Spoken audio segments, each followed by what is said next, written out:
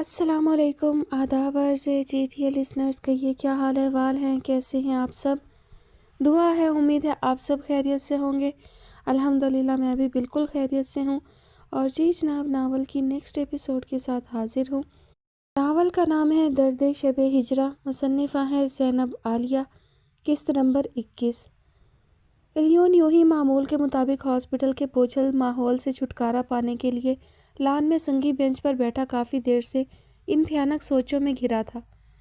کیسی حقیقتیں اس پر آشکار ہوئی تھی کہ پس آئینہ چھپے تمام راز فاش ہو گئے، لیکن جب اس پر یہ بھیانک حقیقت آشکار ہوئی کہ وہ ساحرہ کوئی اور نہیں وہی ہے جسے حویلی والوں نے ذلیل کر کے حویلی سے تو کیا گاؤں سے ہی نکال دیا تھا، یہ وہی ہے جس سے اس کا بھائی محبت کرتا ہے، تو دل کیسا ندامت میں ڈوب ڈوب جاتا۔ کتنا بھیانک کھیل کھیلا گیا تھا اس ساحرہ کے ساتھ، اس کا سب کچھ تباہ و برباد کر دیا گیا۔ وہ تباہی کے آخری دہانے پر جا کھڑی ہوئی جہاں سے واپس پلٹنا ناممکن تھا، اور یہ سب کس کی وجہ سے ہوا؟ اس کا خاندان کسی طور بھی تو اس کے نقصان کی بھرپائی نہیں کر پائے گا۔ اس کی عزت، اس کا گھر، اس کے ماں بھائی، کیسے اور کس کس بات کا ہرجانہ بھرا جائے گا؟ کسی سوال کا جواب اس کے پاس نہیں تھا۔ شاید ان سوالوں کے جواب کسی کے پاس بھی نہ تھے۔ وہ کچھ سوچتے ہوئے اٹھا اور گلاس ڈور دھکیلتے اندر چلا آیا۔ احمد کے کمرے میں داخل ہوتے ہی خاموشی سے بیڈ کے پاس پڑی کرسی پر بیٹھ کر احمد کو مغموم نظروں سے دیکھنے لگا، جو ساکت وجود لیے چھت پر بے تاثر نظریں ٹکائے چت لیٹا تھا۔ لالا، اس کا ہاتھ پکڑ کر احترام بھرا بوسہ دیتے اس کے ہاتھ کی پشت سہلانے لگا۔ کتنے دنوں سے احمد کے ہونٹوں پر لگا قفل کوئی بھی نہ توڑ سکا، یہاں تک کہ فضا بیگم بھی اس قفل کو توڑنے میں ناکام ہو چکی تھی۔ اس بار کی چپ سب کو پریشان کر گئی۔ کیا مجھ سے بھی ناراض ہیں؟ مجھ سے بھی بات نہیں کریں گے؟ آپ کے دل میں جو بھی بات ہے وہ کیوں بیان نہیں کرتے؟ کیوں اندر ہی اندر گھٹ گھٹ کر مر رہے ہیں؟ کچھ تو بولیے، کچھ تو کہیے۔ میں اور آپ الگ تو نہیں، نہ ہی ہمارے بیچ کبھی کوئی ایسا پردہ رہا جس میں ہم نے کبھی ایک دوسرے سے کچھ چھپایا ہو، کبھی دل کا دکھ درد بیان نہ کیا ہو، تو آج یہ خاموشی کیوں دل کا غبار نکال نہیں رہے آپ؟ یہ بات جانتے ہوئے بھی کہ میں سب کچھ جان چکا ہوں، تو پھر میرے سامنے یہ خاموشی کیا معنی رکھتی ہے؟ احمد کی حیرت و بے یقینی میں ڈوبی نظریں پل بھر کو اس کی جانب اٹھی، مگر الیون اس کے دیکھنے سے پہلے ہی نظریں پھیر چکا تھا۔ وہ نہیں چاہتا تھا کہ اپنے لالا کی آنکھوں میں چمکتی اذیت و ندامت دیکھے۔ احمد سرد سانس بھرتے ہوئے اپنی نظروں کا زاویہ واپس پہلے زاویے پر لے گیا۔ لالا، کچھ تو کہیں، ترس گیا ہوں آپ کی آواز سننے کے لیے۔ کب تک یہ خاموشی؟ لالا پلیز، اندر بھرا غبار باہر نکال پھینکے، سب کچھ کہہ دے، میں ہوں نہ سننے کے لیے۔ الیون کی بے بس التجاؤں پر بالآخر اسے رحم آ ہی گیا۔ زندگی موت سے بھی زیادہ شفاق ہے۔ موت صرف ایک بار اذیت دیتی ہے، جبکہ زندگی قدم قدم پر اذیت سے دوچار کرتی ہے، جس میں انسان نہ مر سکتا ہے اور نہ جی سکتا ہے، مگر الفاظ نکلے بھی تو شکووں کی صورت میں۔ زندگی کی شفافیت کا مجھے اس دن علم ہوا جس دن میں نے تطہیر کو خود اپنے ہاتھوں سے مار دیا، اپنی محبت پر تہمت لگائی۔ مجھ جیسا خوش فہم انسان اس روئے زمین پر کہیں نہیں ہوگا جو یہی سمجھے بیٹھا تھا کہ وہ اپنی جنت میں خوش ہوں گی، کیونکہ اول و آخر وہ میری ہر دعا میں شامل جو رہی ہیں، مگر میری سچی دعاؤں کی صدا میرے ارد گرد ہی رہی کہ ان کی حالت میری دعاؤں کے رد ہونے کا پتہ دے گئی۔ میں نے ہمیشہ ان کے لیے ایک نیک اور اچھے ہمسفر کی دعا کی جو انہیں خوش و خرم رکھے۔ میری وجہ سے وہ بکھری تھی، ان کا ہمسفر انہیں سمیٹ لے گا۔ وہ اپنا گھر بسائے اپنے شوہر اور بچوں میں مصروف ہو کر میری طرف سے ملنے والے غم کو بھولتے مجھ پر تف بھیج چکی ہوں گی، مگر نہیں، وہ تو جنت کی بجائے جہنم میں بیٹھی ہیں، جہاں دن رات انسانی بھیڑیے عزتوں کا سودا کرتے ہیں، جہاں نسوانی وجود کو پامال کیا جاتا ہے۔ وہ میرا ایک ایک لفظ حفظ کیے بیٹھی ہے، کچھ بھی نہیں بھولی۔ کیسے بھول جاتی؟ کیا وہ سب کچھ بھولنے والا تھا؟ کیوں ان کی زندگی اتنا بھیانک روپ دھار گئی؟ یہ حقیقت میری جان لے لے گی کہ وہ کیا سے کیا بن گئی۔ ان کی آنکھوں میں اپنے لیے نفرت برداشت نہیں کر پا رہا۔ یہ وہی آنکھیں ہیں جنہیں برسوں تمہارے یار من نے چاہا، جن سے آج بھی ایک عقیدت ہے۔ ان کی آنکھیں جو ان کے دل کا سارا حال مجھ پر عیاں کر دیا کرتی کہ وہ کب اداس ہوتی ہیں، کب خوش۔ ان کی آنکھوں کی زبانی مجھے سب معلوم ہو جاتا تھا، لیکن اب کہ وہ آنکھیں ہر قسم کے احساسات سے عاری ہو چکی ہیں، ان کے لہجے کی لڑکھڑاہٹ، ہاتھوں کی کپکپاہٹ مجھ پر ان کا حال دل بیان کر گئی۔ وہ کس اذیت میں ہے یہ صرف میں ہی سمجھ پا رہا ہوں۔ ان کے انداز، لب و لہجے نے یہ واضح کر دیا ہے کہ وہ تطہیر نہیں بلکہ وہ تو غزل ہے۔ پل بھر کو اس کا سلسلہ کلام ٹوٹا۔ الیون نے اس کا ہاتھ سہلاتے ہوئے اپنے ہونے کا احساس دلایا کہ وہ دوبارہ بولنے کے قابل ہوا۔ تمہیں پتہ ہے یہ غزل کون ہے؟ احمد کے استفہام پر الیون نے جھکا سر اٹھائے اس کی جانب دیکھا جو بے رنگ پپڑی زدہ خشک ہونٹوں پر زبان پھیرے انہیں ترک کر رہا تھا۔ یہ وہی غزل ہے جس کا ذکر پچھلے کئی سالوں سے میں تیمور سے سن رہا تھا، جو ان کے پاس جایا کرتا اور کرب میں ڈوبے اگلے الفاظ منہ میں ہی کہیں دم توڑ کر رہ گئے، جبکہ دوسری طرف الیون کی آنکھیں حیرت کی زیادتی سے پھیل گئی کہ تیمور اور غزل کا رشتہ اس کے لیے نیا تھا۔ وہ دونوں بھائی جتنے مرضی ایک دوسرے کے قریب ایک دوسرے کو ہر بات بتاتے تھے، مگر کسی کا پردہ رکھنے کا ہنر بھی خوب جانتے، اسی لیے شاید الیون اس بات سے انجان رہا۔ مجھے اس اندیکھی وجود سے گھن آتی تھی۔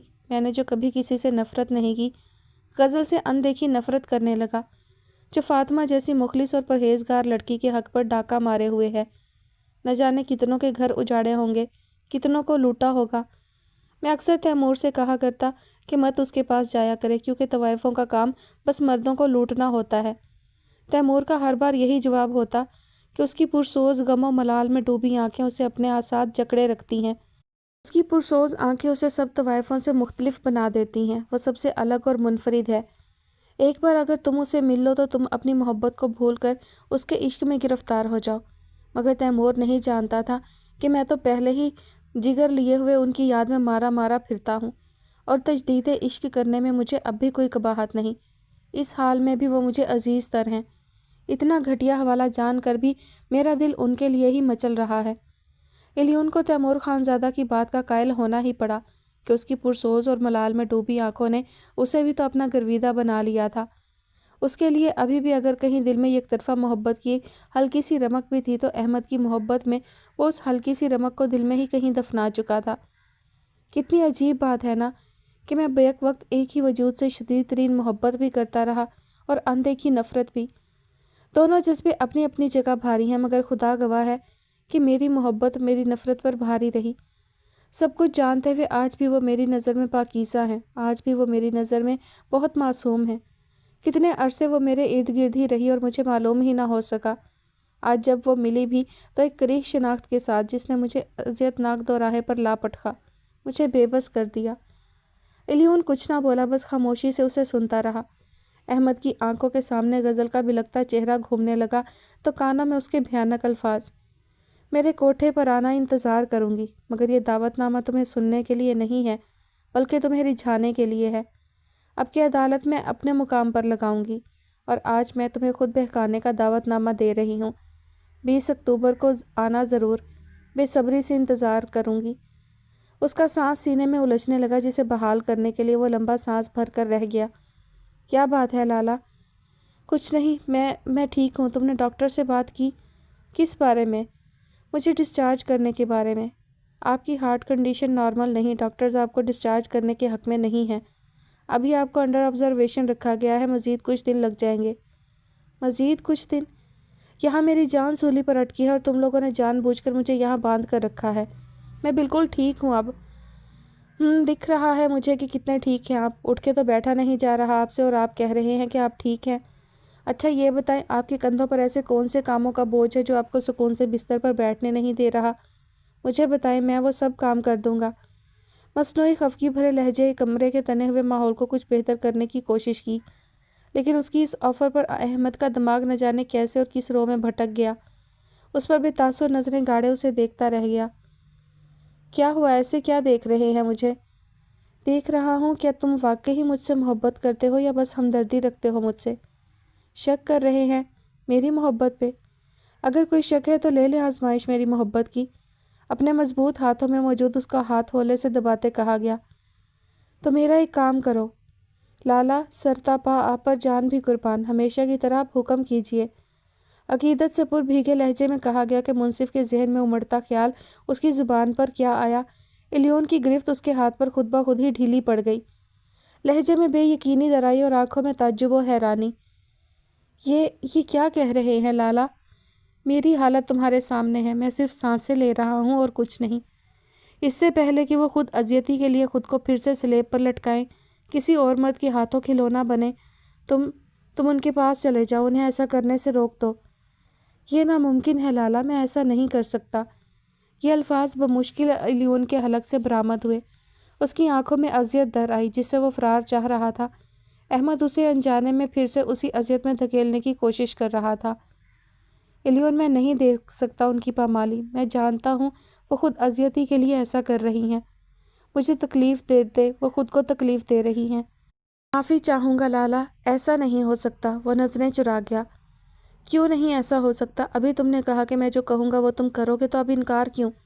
میں صرف یہ چاہتا ہوں بس ایک بار تم کسی بھی طرح ان کے پاس چلے جاؤ، انہیں ایسا کرنے سے روک دو کہ ان کی پامالی کا خیال ہی پھر سے میرے دل کی حالت بگاڑنے لگتا ہے۔ یہی سوچ مجھے جیتے جی مار ڈالے گی، یا کہیں ایسا نہ ہو کہ میری بے بسی ہی میری جان نہ لے لے۔ اللہ نہ کرے لالا، آپ کو میری عمر بھی لگ جائے، کیوں دل جلانے والی باتیں کر رہے ہیں؟ وہ پورنم نظروں سے احمد کو دیکھنے لگا۔ تو پھر کوئی ایسی راہ بتلاؤ کہ کسی طرح میں اس اذیت سے نکل سکوں۔ وہ اٹھنے کی کوشش کرنے لگا کہ الیون اپنی جگہ سے اٹھتے اس کے کندھوں پر ہاتھ رکھے اسے اس عمل سے روک چکا تھا۔ الیون، تمہارا یار من بہت اذیت میں ہے، بچا لو اس کو اس اذیت سے۔ مجھے اس کے سوا اور کوئی راہ سجھائی نہیں دے رہی۔ کیوں نہیں سمجھ پا رہے کہ محبت کرنے والے اپنی محبتوں کا سودا نہیں کرتے، انہیں پیسے میں نہیں تولتے؟ احمد آنسوؤں سے بھری آنکھیں موند گیا کہ آنسو کناروں سے بچھڑ کر اس کی کنپٹیوں کے سیاہ و سفید بالوں میں جذب ہونے لگے۔ الیون کو لگا احمد کے ساتھ اس کے آنسو بھی اس سے التجائیں کرنے لگے ہوں۔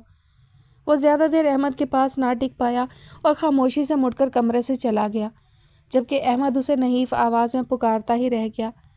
شاید زندگی میں پہلی بار ایسا ہوا تھا کہ الیون جو اس کی ایک پکار پر لبیک کہتا، آج اس کی پکار پر پلٹ کر نہ دیکھا۔ ایک ہفتے سے زخمی وجود لیا ہاسپٹل کے بستر پر بڑی بڑی ہمت کا مظاہرہ کیے دل میں اٹھتے غبار کو دبائے چپ چاپ سی تھی۔ وہ چہرہ آنکھوں کے سامنے کیا آیا کہ بھلایا ہی نہ گیا۔ اس چہرے نے ایک بار پھر اسے اس کے خوفناک ماضی میں لا پٹکا، جسے یاد کر کے آج بھی اس کے رونگٹے کھڑے ہو جاتے۔ اسے اس بات پر یقین کرنا ہی پڑا کہ واقعی ہی وہ ڈھیٹ ہڈی ہے جو اتنے بھیانک ایکسیڈنٹ میں بھی مری نہیں بلکہ بچ گئی تھی۔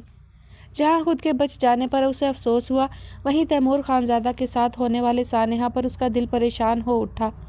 اس کا واحد ہمدرد بھی اس کا ساتھ چھوڑ گیا اور وہ پھر سے تن تنہا اس بھیڑ میں اکیلی رہ گئی۔ اس کی سوچوں میں دروازے پر ہوتی دستک نے ارتعاش پیدا کیا۔ اس نے دروازے کی سمت دیکھا جہاں شرعی پردے میں فاطمہ کمرے میں داخل ہو رہی تھی۔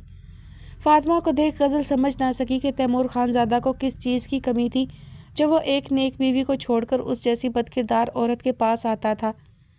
اب کیسی طبیعت ہے آپ کی؟ فاطمہ جانتی تھی وہ جواب نہیں دے گی کیونکہ ایک ہفتے سے وہ گونگی بہری بنی لیٹی تھی، مگر یہ پھر بھی اپنی طرف سے اس سے بات کرنے کی پوری کوشش کرتی۔ گرما گرم سوپ لائی ہوں، پی لیجئے۔ اتنی ہمدردی کیوں؟ آخرکار آج اس نے چپ کا روزہ توڑ ہی دیا۔ کیا مطلب ہے آپ کا؟ غزل سوپ سے نکلتے گرم بھاپ کو دیکھتے ٹرے تھام کر نظریں فاطمہ کے چہرے پر گاڑ گئی جو اس کے پاس ہی ٹکتے تھوڑا سا نقاب چہرے سے ہٹا چکی تھی۔ یہ تمہاری مجھ سے ہمدردی ہے یا تم مجھ سے خوف زدہ ہو؟ نہ ہی تو یہ ہمدردی ہے اور نہ ہی میں آپ سے خوف زدہ ہوں۔ بیمار کی خدمت کرنا تو سنت رسول صلی اللہ علیہ وآلہ وسلم ہے۔ میری خدمت میں ہمدردی نہیں، نہ ترس ہے، بلکہ اللہ کے بندے کو خوش رکھنے کی ایک ادنا سی کوشش کرتی ہوں کہ وہ مالک مجھ سے خوش رہے۔ تم جانتی ہو نا میں کون ہوں؟ اس کا استفہام بھی کچھ باور کرواتا ہوا عجیب سا تھا۔ جانتی ہوں، بہت اچھے سے، غزل ہی ہے نا آپ؟ لگتا ہے بس نام کی حد تک ہی جانتی ہو، یہ نہیں جانتی کہ میں ایک گالی ہوں، غلیظ گالی، ایک طوائف جس کا نام لیتے ہی زبان ناپاک ہو جائے۔ غزل تلخ ہوئی، باؤل میں چمچ ہلائے سوپ پینے لگی۔ سب کچھ جانتی ہوں آپ کے بارے میں، جو نہیں جاننا چاہیے تھا وہ بھی۔ اب کی بار فاطمہ کے نرم تاثرات میں تلخی گھلی۔ پھر بھی تم مجھ سے خوفزدہ نہیں ہو؟ تمہیں تو چاہیے تھا مجھ جیسی عورت کو جس کے تمہارے شوہر سے تعلقات ہیں اس کو اس ہاسپٹل سے دھکے مار کر نکلوا دیتی، سب لوگوں کے سامنے ذلیل کرتی، مگر پھر بھی تم کتنے دھڑلے سے میری خدمت میں لگی ہو۔ اگر میں تمہارے شوہر کو تم سے چھین لیتی، یہاں میں تمہاری سوتن کے روپ میں موجود ہوتی، تمہارا گھر تباہ کر دیتی، تو تب بھی تم ایسے ہی میری خدمت کرتی؟ سوال بہت ہی کڑوا اور تیکھا تھا، مگر فاطمہ نے تحمل کی راہ چنی۔ وہ کہتے ہیں نا کہ برائی سے نفرت کرنی چاہیے، برائی کرنے والے سے نہیں۔ تو میرا بھی کچھ ایسا ہی نظریہ ہے، اسی لیے آپ کی تیمارداری کر رہی ہوں۔ اور رہ گئی بات تیمور کی، تو وہ میرے تھے ہی کب جو آپ انہیں مجھ سے چھینیں گی؟ میری جو جگہ ان کی نظر میں ہے وہ آپ تو کیا کوئی دوسری عورت بھی نہیں لے سکتی۔ وہی مدھم اور ملائم لہجہ لیے اپنی ذات پر طنز کر رہی تھی۔ سوپ پیتے غزل ایک آدھ نظر اس پر بھی ڈال لیتی اور اس کے چہرے کے تاثرات کو پڑھنے کی کوشش کرتی۔ ہاں، اگر آپ دونوں شادی کر لیتے تو مجھے اچھا لگتا، میرا دل پرسکون ہو جاتا، شاید تب دل مار کر ہی صحیح مگر آپ کی خدمت کرتی، انسانیت کے ناطے پیچھے نہ ہٹتی۔ کیوں ڈرامہ کر رہی ہو؟ کسی عورت میں حوصلہ نہیں ہوتا کہ وہ اپنے مرد کو کسی دوسری عورت کے ساتھ بانٹ سکے۔ غزل کا لہجہ طنزیہ ہوا۔ بالکل ایسا ہی ہوتا ہے، مجھ میں بھی حوصلہ نہیں ہے کہ تیمور کو کسی کے ساتھ بانٹ سکوں، کسی دوسری عورت کے در پر جاتے دیکھوں یا ان کے منہ سے غیر عورت کی باتیں سنوں۔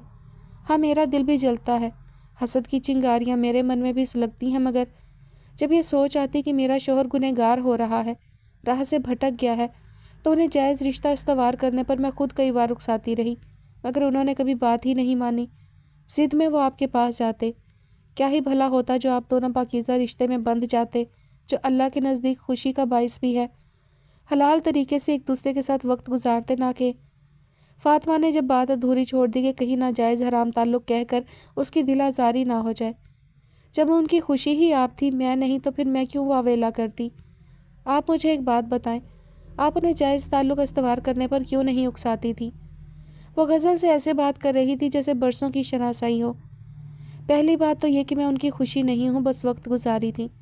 ہم دونوں ایک دوسرے کی غرض کے لیے ایک دوسرے کے ساتھ تھے۔ اور دوسری بات، اب مجھے نہیں لگتا کہ مجھے تمہارے آخری سوال کا جواب دینے کی ضرورت ہے، مگر میں یہی چاہتی تھی کہ آپ ان سے شادی کر لیتی۔ اس کی بات پر غزل کو تعجب ہوا۔ کیا تم اپنے شوہر سے محبت نہیں کرتی؟ ہر عورت اپنے شوہر سے محبت کرتی ہے، چاہے وہ جیسا بھی ہو۔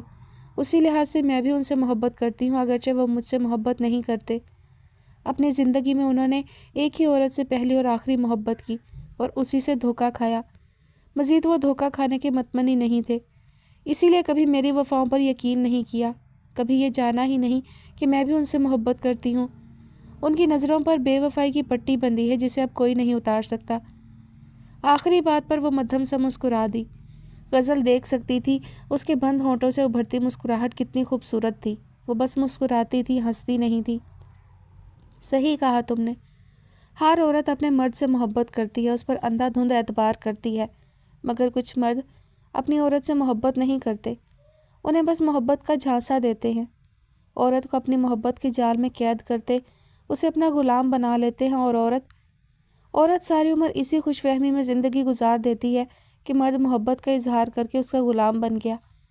ایسی سوچ رکھنے والی عورتیں ہمیشہ خسارے میں رہتی ہیں، کیونکہ ایسا ہوتا نہیں۔